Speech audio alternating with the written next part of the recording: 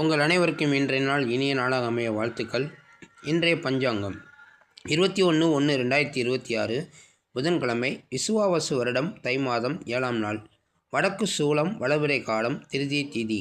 இன்று அவிட்ட நட்சத்திரம் 1 மணி 58 நிமிடம் வரை, அதன் பிறகு சதய நட்சத்திரம். நல்ல நேரம் காலை 9 மணி 30 நிமிடம் முதல் 10 மணி 30 நிமிடம் வரை, மாலை 4 மணி 30 நிமிடம் முதல் 5 மணி 30 நிமிடம் வரை. சந்திராசிரமம் பூசம், ஆயில்யம், கடகராசி நேயர்களுக்கு. மக்கள் ஜோதிடர் முருகன் 9786788988. இன்றைய ராசி பலன்.